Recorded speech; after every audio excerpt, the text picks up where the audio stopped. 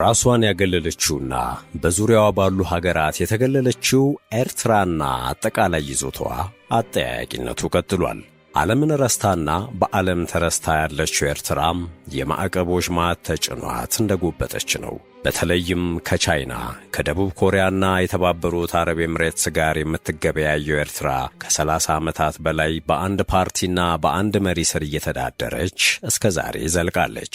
ካላት የሕዝብ ብዛት አንጻር በጦር ሰራዊቷ ብዛት ከሰሜን ኮሪያ ቀጥላ በርካታ ወታደሮች ያሏት የዓለማችን ሁለተኛ አገር ናት።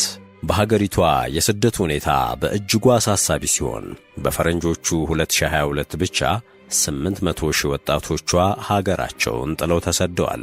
ይህም 3.6 ሚሊዮን ከሆነው አጠቃላይ ሕዝቧ 1/5ኛው ማለት ነው።